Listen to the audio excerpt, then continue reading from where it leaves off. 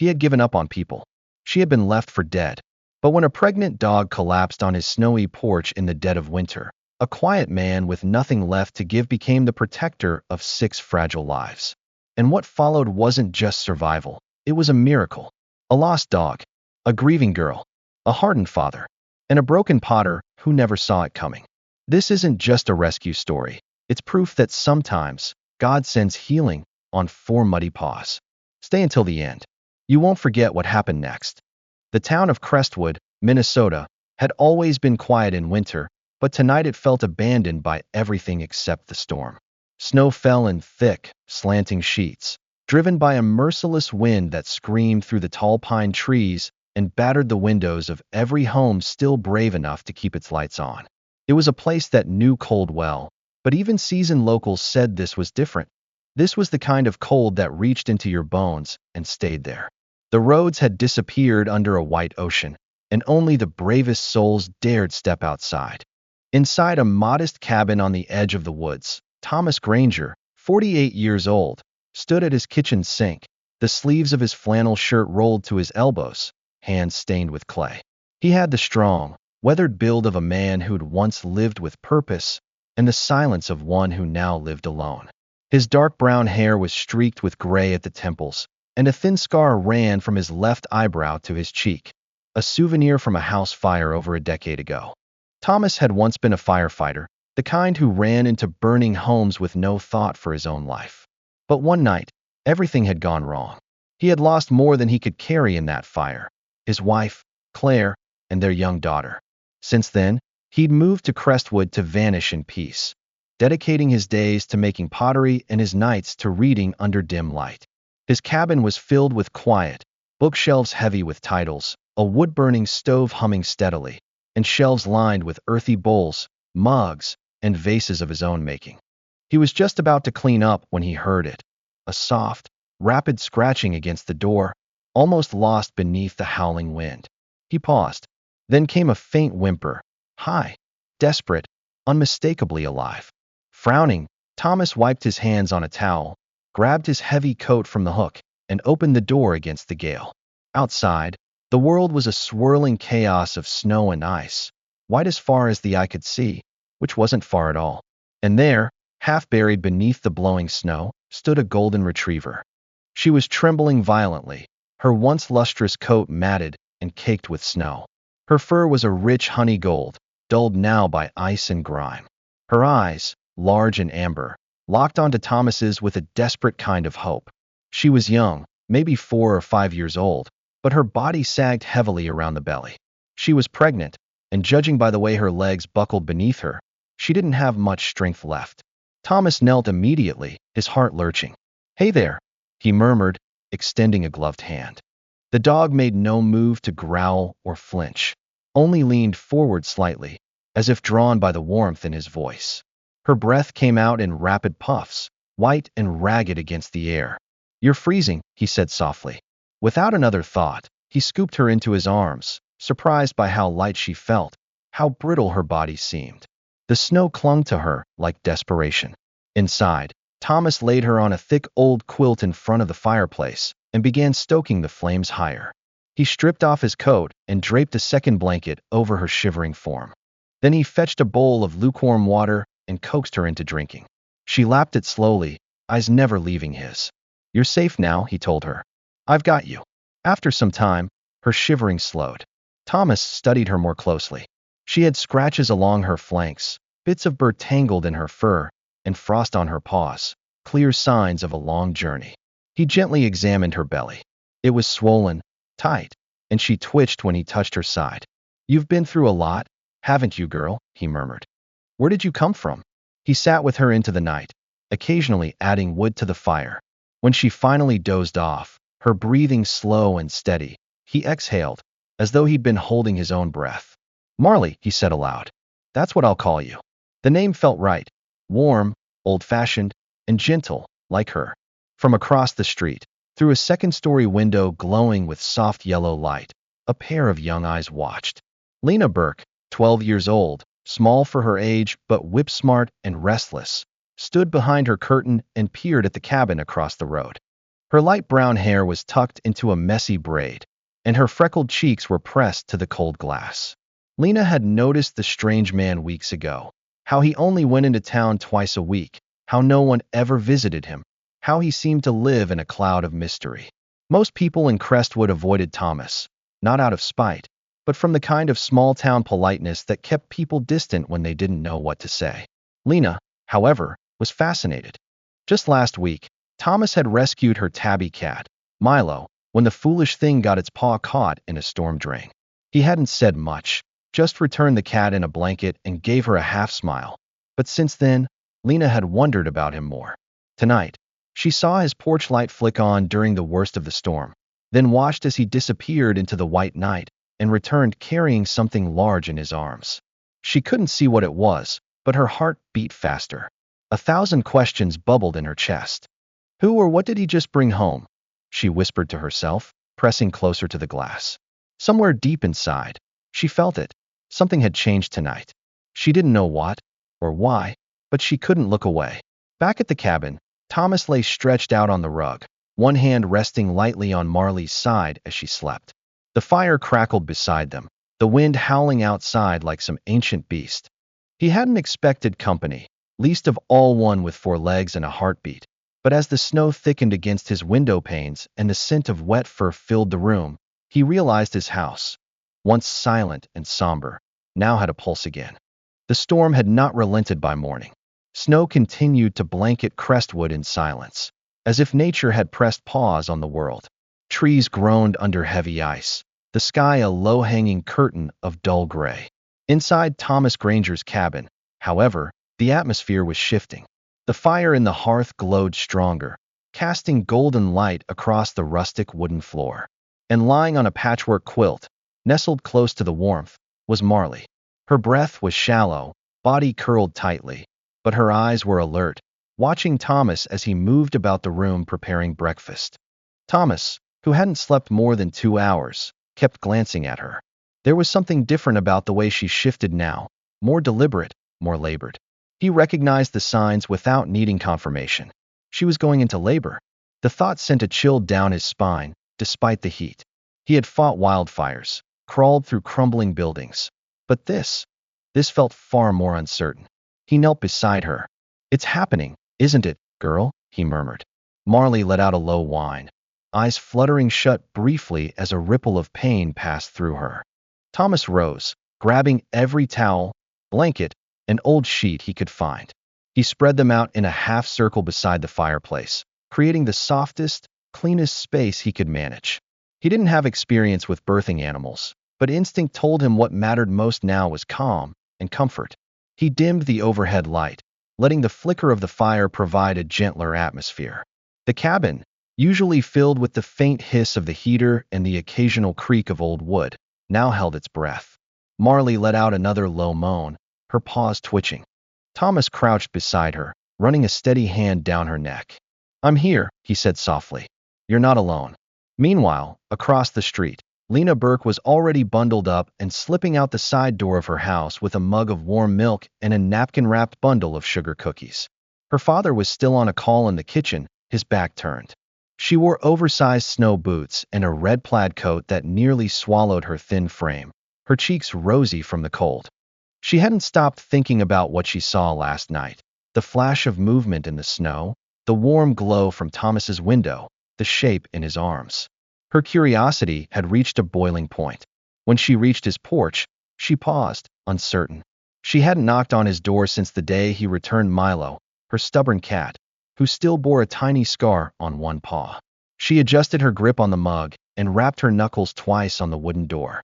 Inside, Thomas barely heard it over Marley's soft panting.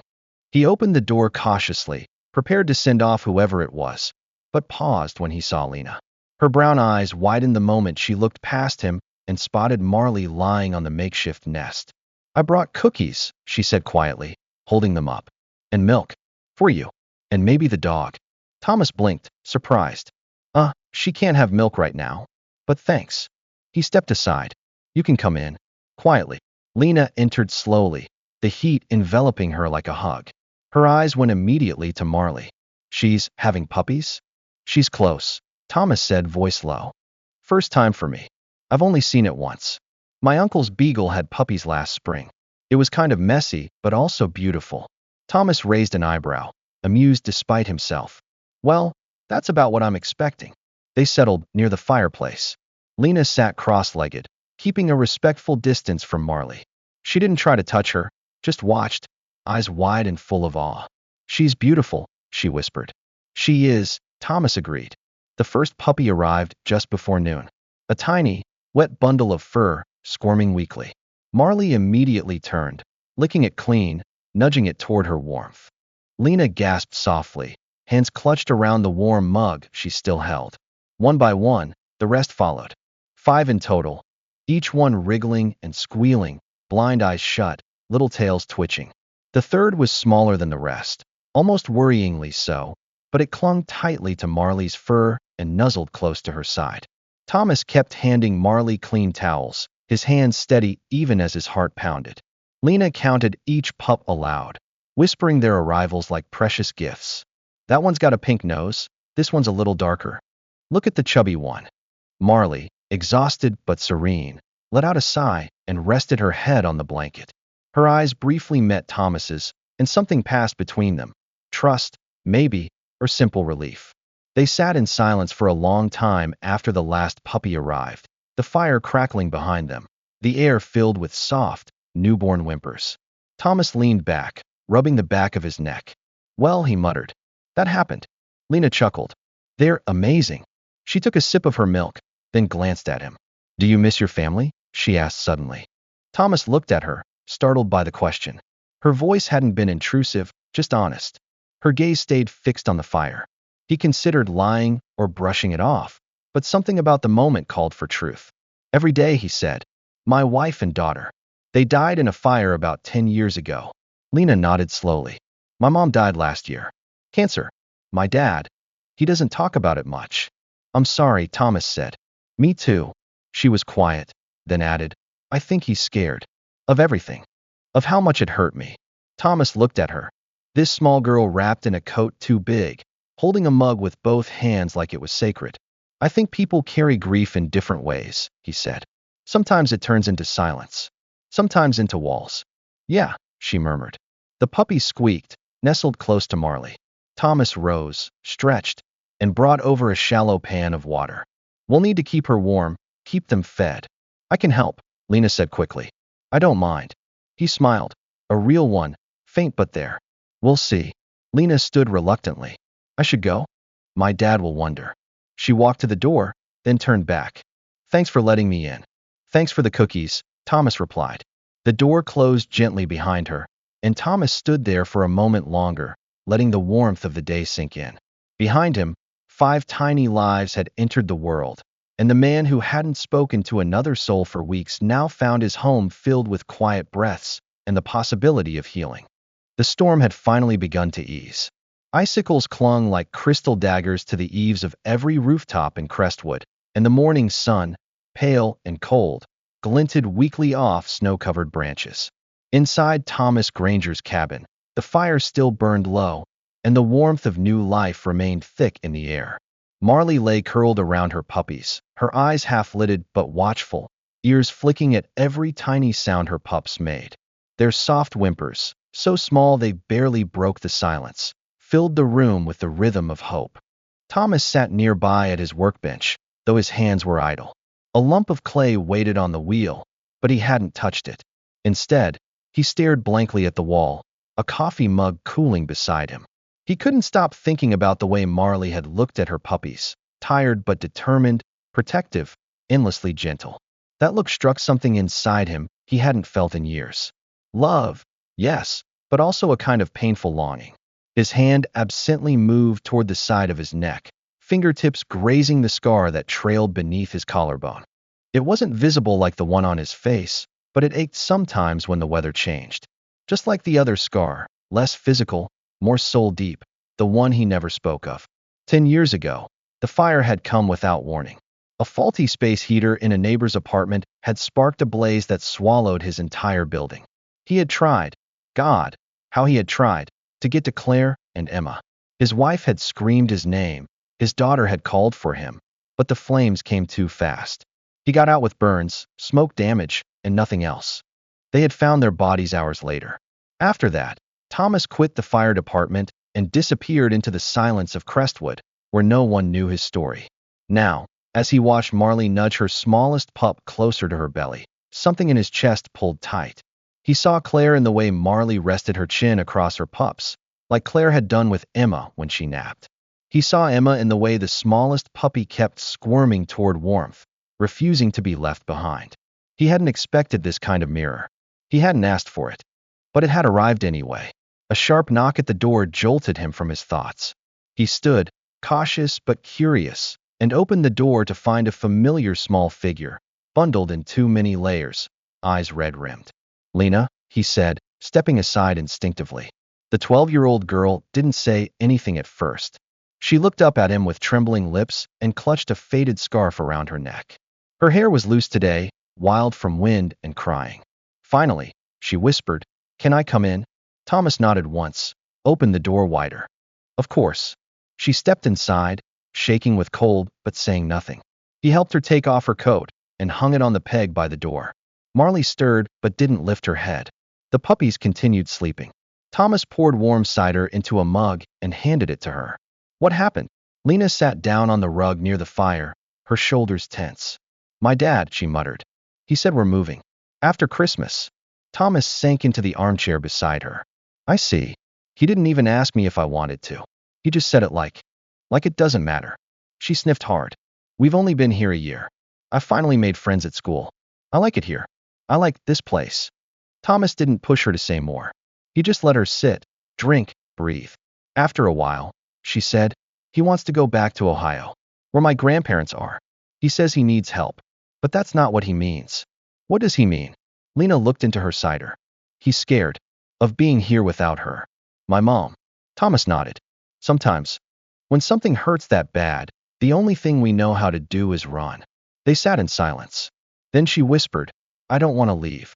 This is the first place that's felt okay since she died." He looked at her, small, scared, brave, and felt a strange tenderness. "You're welcome here anytime, Lena." She nodded, wiping her nose with her sleeve. They turned their attention to Marley and her puppies. Lena crawled forward on hands and knees, stopping just close enough not to intrude. "They're so small," she whispered. Thomas smiled slightly. "They'll grow fast. You should help me name them." Her eyes lit up, just briefly. "Really? Sure. You already know them better than anyone." She looked at the pups, pointed to the chubbiest one. "That one looks like a biscuit. And the one with the darker nose. Maybe Maple." "Maple," he echoed. "Like the trees," she said. "And her coat's kind of reddish." He nodded. "Maple it is." There were still scars in Thomas's heart. Old ones, deep ones. But in this quiet moment, with a child beside him and a dog curled around new life, the ache didn't feel quite so sharp. It had softened, if only slightly, by the warmth of something new. Across town, meanwhile, Lena's father paced his living room. Ron Burke, a broad-shouldered man in his late 30s with tired eyes and calloused hands from years working warehouse jobs, was dressed in his work jacket, though he hadn't left. He was worried. His daughter had stormed out after another fight, one of many lately. He wasn't a cruel man, but he was closed off, awkward with emotions, especially since his wife passed. His grief made him hard to reach, and he didn't always know how to be gentle. He looked out the window and saw the faint plume of smoke rising from Thomas's chimney. He hesitated, then grabbed his hat. Back at the cabin, Lena was drawing names in her notebook, suggesting ones like Rusty, Sunny, Bean. Thomas pretended to veto one or two, just to make her laugh. Then another knock came at the door, firmer, less tentative. Thomas stood and opened it. Ron stood there, wind-burnt and clearly uncomfortable. "Is Lena here?" Thomas nodded. "She's safe. Come in." Ron stepped inside and saw his daughter crouched near the puppies. Relief washed over his face, though he covered it quickly. Lena stood up. "I just needed some air," she said. "I'm sorry." He nodded. "I get it. I should have told you sooner. I didn't know how." Thomas watched father and daughter silently. There was still space between them, but not as wide as before. Ron looked at Thomas, and for the first time, extended a hand. "Thank you for taking care of her." Thomas took it. "Anytime." That night, as Lena and Ron walked home together, and the snow began to fall again, soft this time, not harsh, Thomas returned to the fire. Marley lifted her head and rested it on his foot. He bent to stroke her ears, glancing at the little pups sprawled across the quilt. For the first time in years, he didn't feel like a man waiting for his past to fade. He felt like someone watching something grow. The snow had softened into a gentle dusting, the kind that coated the world in quiet instead of burying it.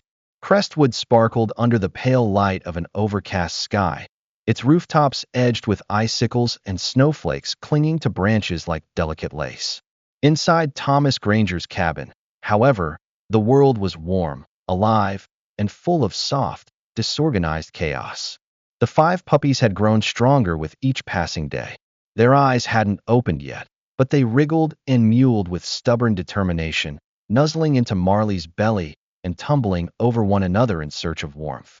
Marley, ever patient, kept a steady watch over them, occasionally shifting position to offer better access. Always vigilant, but visibly tired. Thomas sat cross-legged on the living room rug, a worn notebook open in his lap. Beside him, Lena Burke scribbled furiously, her tongue poking out slightly as she concentrated on getting each letter just right. Her hair was pulled into 2 uneven braids, and her cheeks were still flushed from the cold walkover. She had practically made the cabin her second home since that night, always knocking softly, always bringing something. Muffins from the church bake sale, old towels for the pups, or just stories from school. Today, she had brought names. That one, she said, pointing to the largest pup who had somehow managed to roll onto his back and was kicking at the air, is Sonny. He's always moving, and he's the first one to crawl every time. Like sunshine.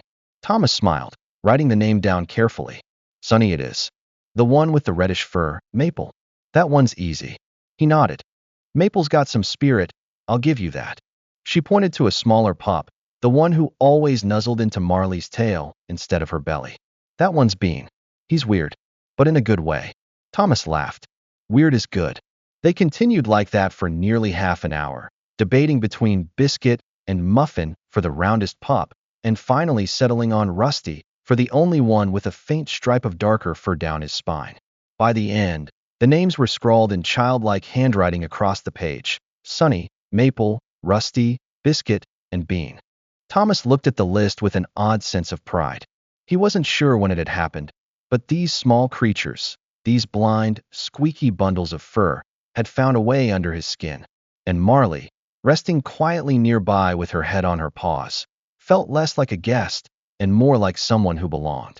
Lena tapped her pencil against her knee. Do you think you'll keep any of them? Thomas looked at her, surprised. I haven't thought that far ahead. You should, she said. It's good for people to have people or pets. He gave a half smile. I'll keep that in mind.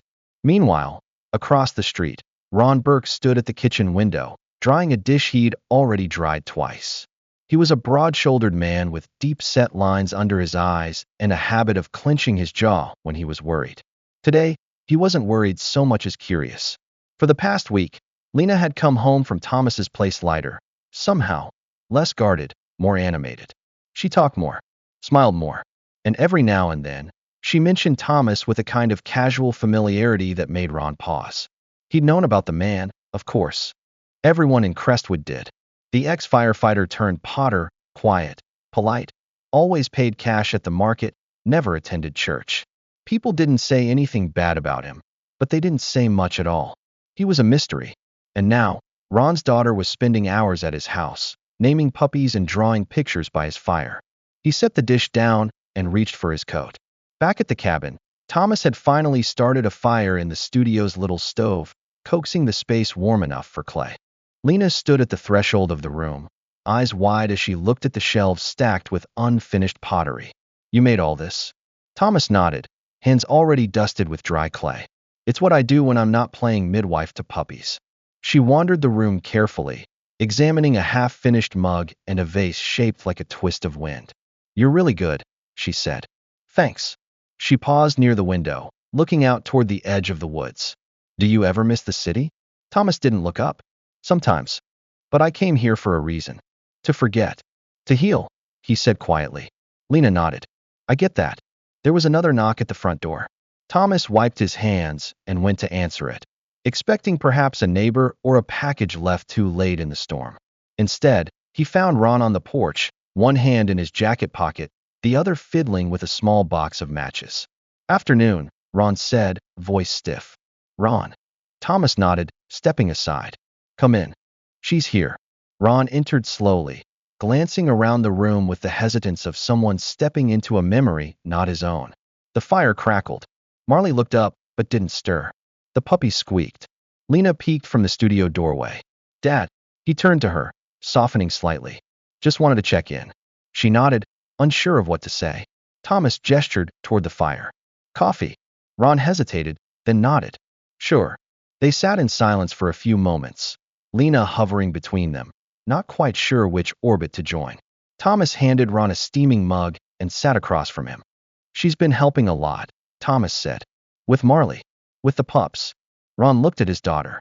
"Yeah, I've noticed." Lena shifted. "He let me name them." Ron raised an eyebrow. "All of them?" "Every single one," Thomas said.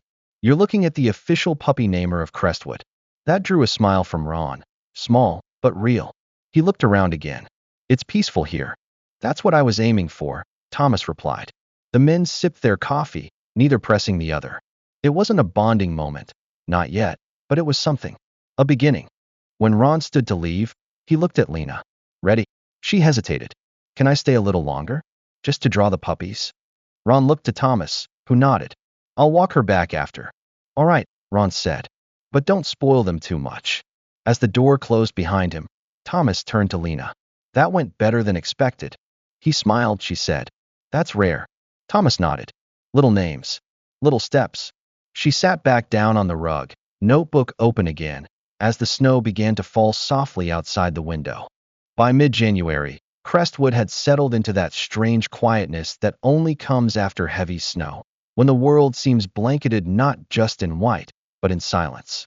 The plows had cleared the main roads. Icicles shimmered like glass teeth along rooftops, and the townspeople shuffled through their routines wrapped in scarves and wool. Inside Thomas Granger's cabin, however, everything had taken on a kind of soft chaos. The fireplace burned constantly now, warming not just the room but the lives within it. Marley curled protectively around her pups, and Thomas, who moved more lightly through his days. He didn't say it aloud, but something had begun to shift. The house, once defined by its silence, now carried the faint sounds of puppy squeaks, soft laughter, and even the hum of music from an old radio he hadn't touched in years. Thomas was brushing out Marley's fur that morning, trying to work through a tangle near her hind leg, when his fingers caught on something strange. A small, rough patch embedded just beneath the topcoat. He paused and leaned closer. There, nestled in the thick golden hair, was a strip of green canvas about the size of a dog tag, stitched to a tiny clasp. Carefully, he cut away the tangled fur and turned the fabric over in his hand. It was faded but intact, with 3 small words stitched in red thread. Davenport Camp 312. His brow furrowed. He turned the tag over again, as if a second look might explain more. It didn't. Later, while Marley napped with the puppies bundled against her side, Thomas sat at his old laptop in the corner of the cabin. He hadn't used it much lately. The keys stuck slightly, and the fan wheezed when it booted up. After several minutes of slow searching, he found it. Davenport Camp 312, an outdoor adventure retreat located about 40 miles north, deep in the White Elk Mountains. The camp offered week-long family trips in summer and fall, with hiking, kayaking, and guided nature tours.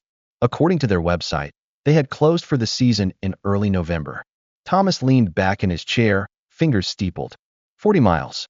If Marley had wandered from there, she must have traveled on foot for days, pregnant, no less, and survived freezing temperatures, predators, and ice-covered trails. He looked over at her, curled near the fire, peaceful now. He couldn't imagine how she'd done it, or why she had come to his door. A knock startled him. It was Lena, as usual, bundled in a purple scarf and red knit hat, her breath puffing out in clouds.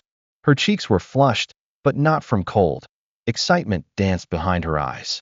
"I brought extra towels," she said, holding up a laundry bag.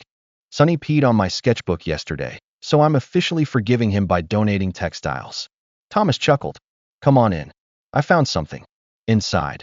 Lena helped him set up the fresh towels in the puppy nook and then plopped down on the floor to pet Biscuit, who had recently taken to chewing her shoelaces. Thomas handed her the fabric tag. This was in Marley's fur. Lena examined it with both hands, holding it like a treasure. Davenport camp. That's like a summer camp, right? Family camp. North of here. Closed for the season. Her brow furrowed. So? That means she belonged to someone who went camping. Maybe got lost during a hike. Or left behind. Thomas didn't respond. The possibility sat between them like a shadow. I have an idea, Lena said. We should post this. Like, everywhere. Facebook, the Lost Pets page, community boards, someone might be looking for her. Thomas hesitated. You really think that works? Lena pulled out her phone and gave him a sly look. You're talking to the girl who found her dad's lost wedding ring in a Craigslist comment thread. He raised an eyebrow. You're serious? 100%. Together, they spent the next hour crafting the post. Thomas supplied the photos, a beautiful close-up of Marley resting with her puppies, another with Sunny climbing over her back. Lena wrote the caption, found, female golden retriever, approximate 4 to 5 years old, pregnant when discovered during the blizzard 2 weeks ago. Now safely delivered 5 healthy pups. Found near Crestwood, MN. Small green cloth tag attached, with Davenport Camp 312 stitched into it. No collar or chip found. Please share or contact if you recognize her. They posted it to the Crestwood community group, the Lost Pets of Minnesota page, and several nearby town forums. Then Lena added a final touch, a hashtag. Hashtag Find Marley's Family. Thomas gave her a sidelong glance. Marley's going to trend. Lena grinned. If there's justice in the world. That evening, while Lena played on the floor with Bean, Thomas watched her from the kitchen doorway. It wasn't just that she had energy, though she did, always moving, always curious. It was that she'd brought life into his house in a way that felt natural. Not invasive, not forced. Just real.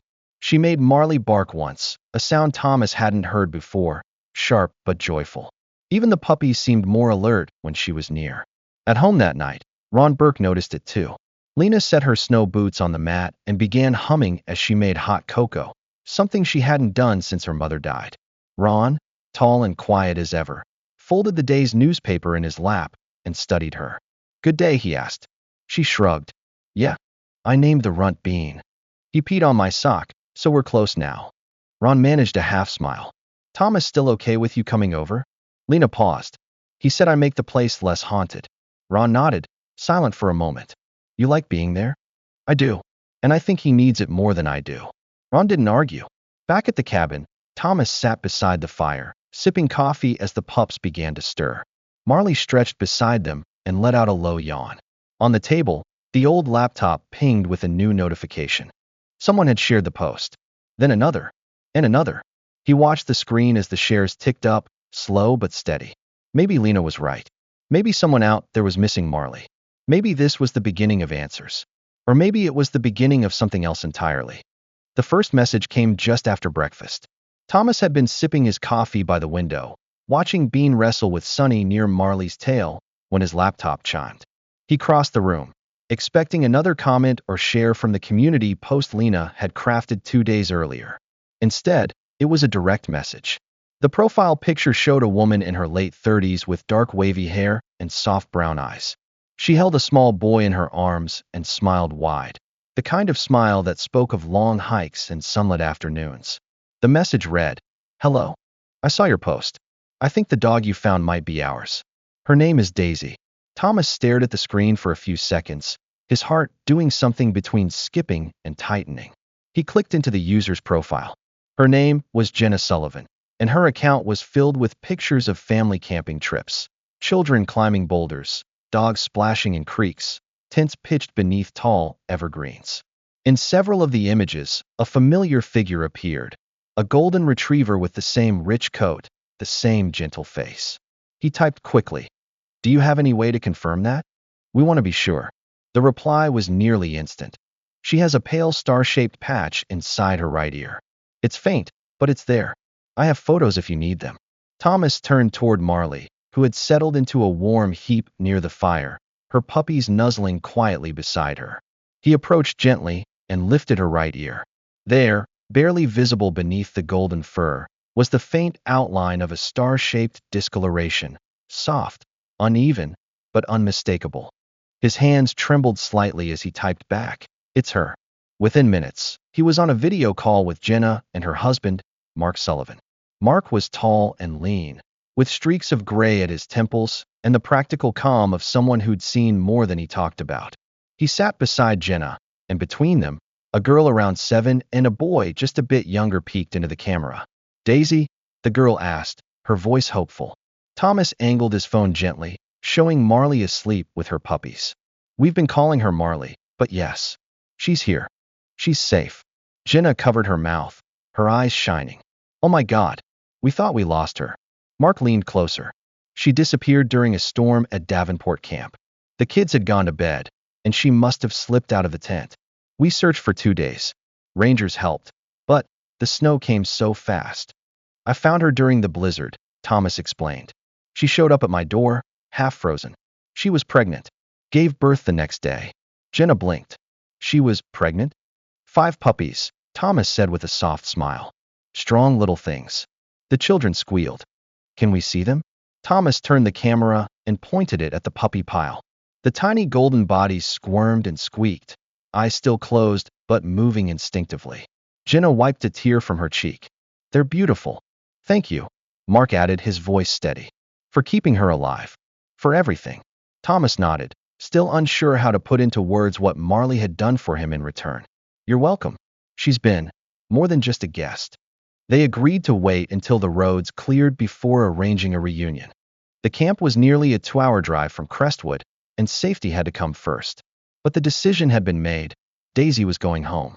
That evening, as Thomas cleaned up the dishes from a dinner of grilled cheese and tomato soup, Lena's favorite, there came another knock at the door.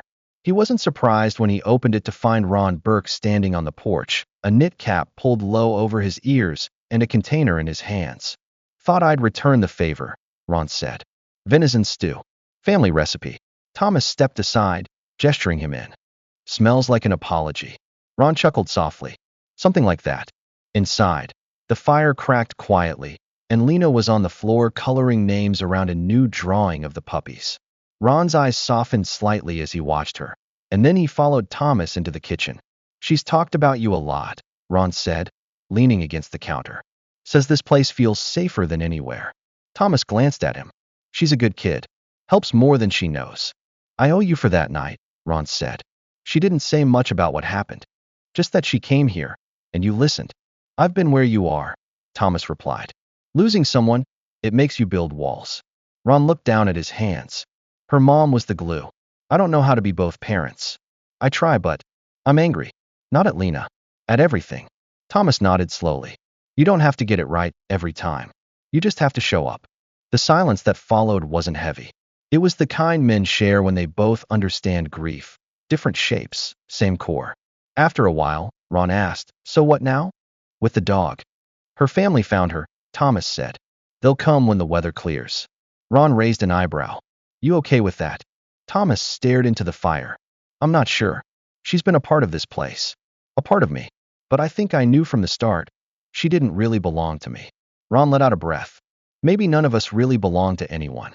We just find each other when we need to." Lena glanced up from her drawing. "Hey, Dad." He looked over. "Yeah. Can we name the run Hope?" Ron blinked. "I thought he was Bean." "He can be both," Lena said. "Bean's his nickname. Hope is his real name." Thomas smiled. "I think that's perfect." That night, after Ron and Lena had gone, Thomas sat alone beside the fireplace. Marley lay nearby, her eyes open, watching him. He reached over, brushing a hand along her head. "Your family's coming for you," he whispered. "You're going home." She closed her eyes, her breathing steady. Thomas didn't cry, but he sat for a long time, staring into the flames, wondering how something so quiet could matter so much. The morning air in Crestwood carried the promise of change. The snowbanks had begun their slow retreat, water trickling in thin streams along the sidewalks. Trees still wore their icy sleeves, but the sky had shifted to a softer shade of gray, hinting that winter, while not over, was loosening its grip. Thomas stood on the front porch, hands in the pockets of his flannel jacket, eyes fixed on the winding road that cut through the trees. Marley sat beside him, her head raised, ears pricked. Her pups, now rambunctious little explorers, tumbled about the living room behind the screen door. One of them, Maple, had wedged himself between the leg of the coffee table and an old boot, chewing at the lace with stubborn delight. A soft hum of tires on gravel broke the silence. A silver SUV emerged from the bend, its windshield reflecting the dull light of a winter morning. Thomas felt a knot in his stomach. Marley stood slowly, her body stiff but alert. Her tail wagged once, twice, then faster. The vehicle rolled to a gentle stop at the edge of the property. The passenger door opened, and Jenna Sullivan stepped out, wrapped in a long green coat, her brown hair pulled into a loose braid, eyes brimming before she even reached the steps. She was the kind of woman who carried warmth like a lantern, tired, perhaps, from a long journey, but undeniably alive in the way she moved and looked at the world. Her husband Mark, solid and dependable, followed with measured steps, holding the hands of their two children. Emily, 7, tiny and wide-eyed, and Ben, 5, hiding partly behind his father's leg. Daisy, Jenna called softly. Marley took one slow step forward, then another, and then broke into a run. Her paws splashed through the slush, her body low and fast. Jenna dropped to her knees just in time to catch her. The moment unfolded like something ancient and sacred.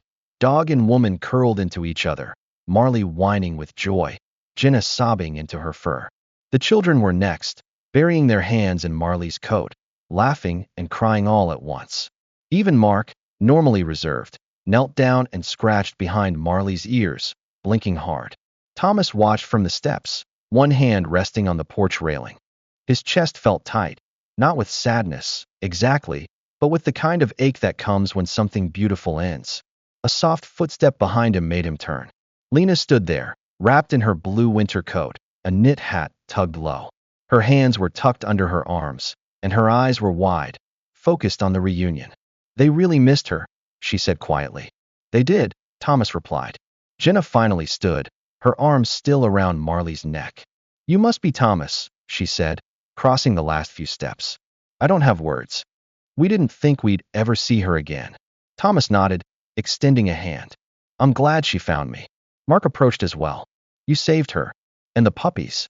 They did most of the work, Thomas said, smiling as Marley's pups came bounding out of the house, all fluff and clumsy paws. The children squealed and dropped to their knees again, scooping up Sunny and Biscuit with awe and delight. We'd love to take them all home, Jenna said. But we also understand if, Thomas raised a hand. I've been preparing for this. They're yours. Mark looked down, then back up. We know it's a lot, but if you'd like to keep one.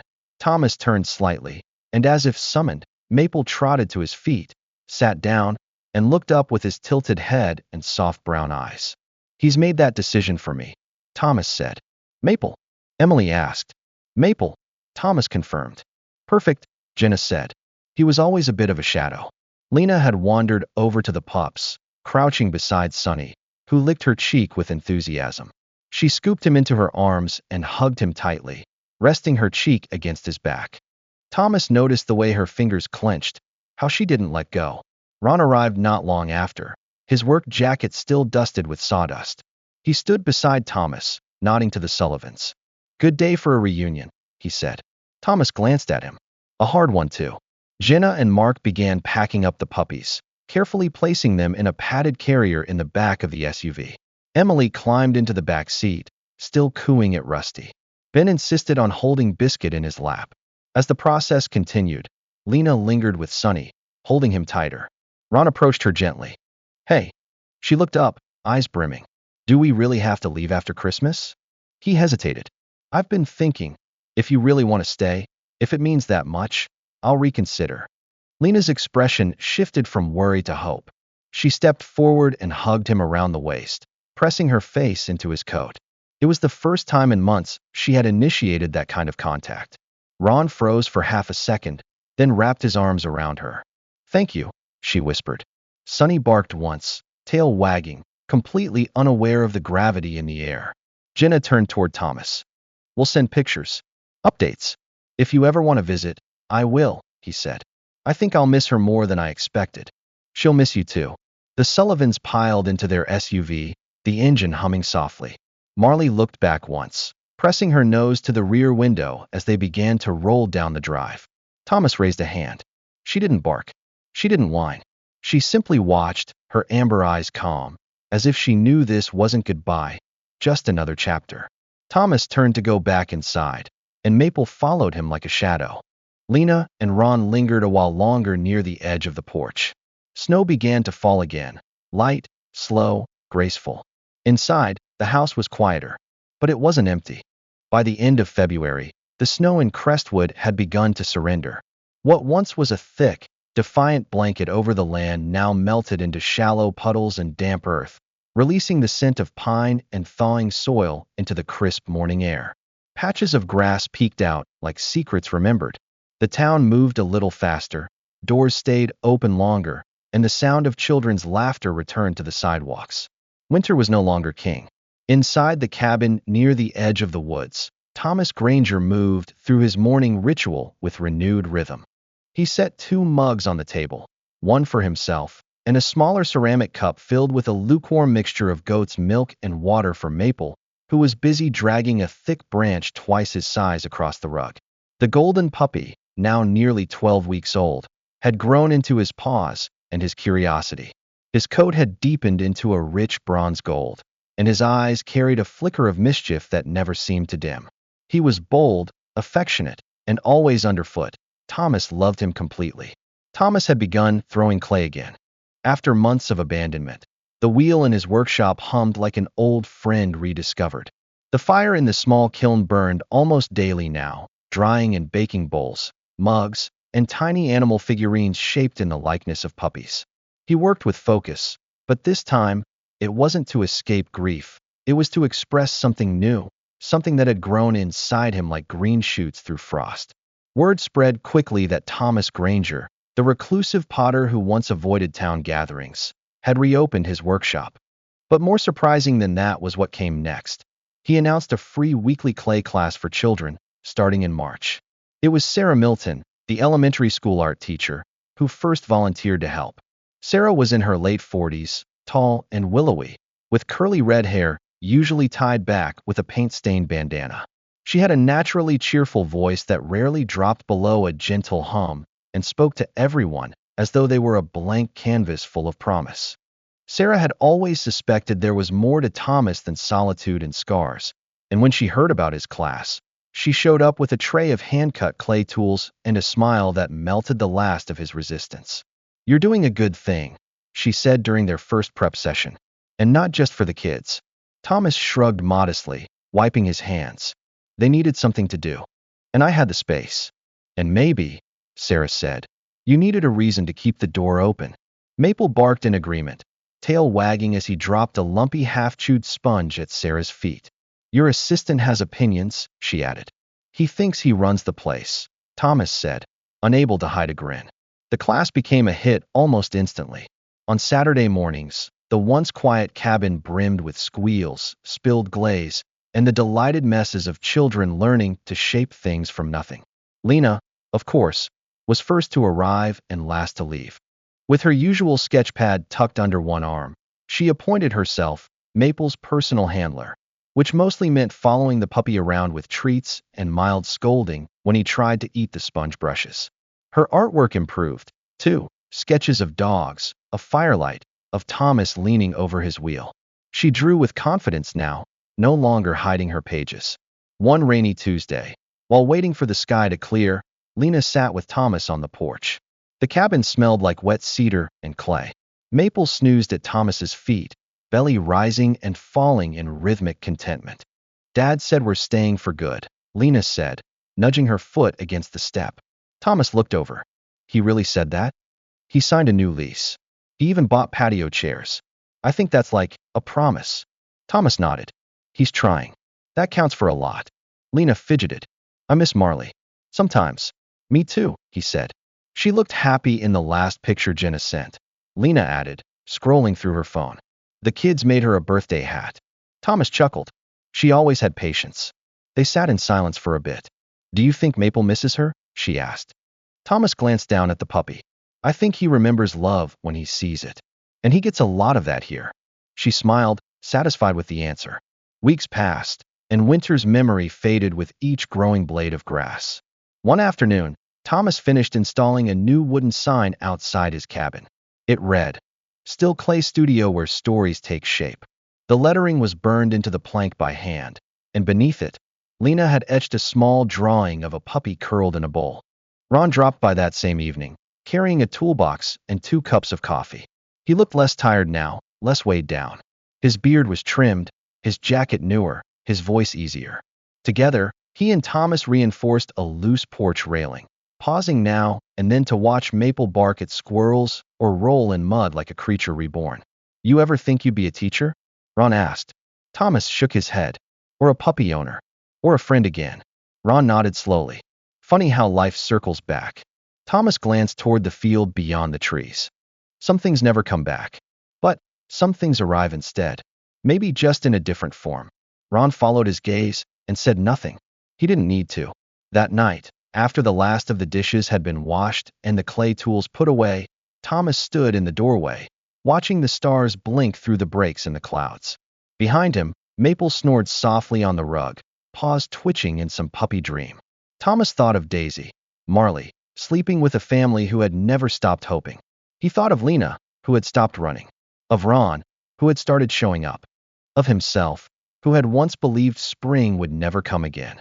And then, he stepped back inside, closed the door gently behind him, and sat down on the rug beside Maple, feeling, for the first time in many years, that he was exactly where he was meant to be. Sometimes, the greatest miracles come not through thunder or lightning, but through a quiet knock at the door on a winter night. Marley didn't just bring warmth into Thomas's cabin, she brought him back to life. What seemed like a lost dog was, in truth, a divine answer to silent prayers spoken long ago. Through her, a lonely man found purpose again. A grieving child found stability. A fractured family began to heal. And isn't that how God often works? Not always through grand gestures, but in small, tender mercies. A puppy's paw, a child's laugh, the kindness of a stranger. When we open our hearts, even just a little, God finds his way in. This story is a reminder that no one is ever too lost to be found, and no winter too long for spring to come again. If this story touched your heart, please share it with someone who needs hope today. Comment below, amen, if you believe that God still sends quiet miracles into our lives. Subscribe to our channel for more stories of grace, healing, and unexpected love. May God bless you and your family with warmth in your home, peace in your heart, and the courage to open your door to the miracles he sends.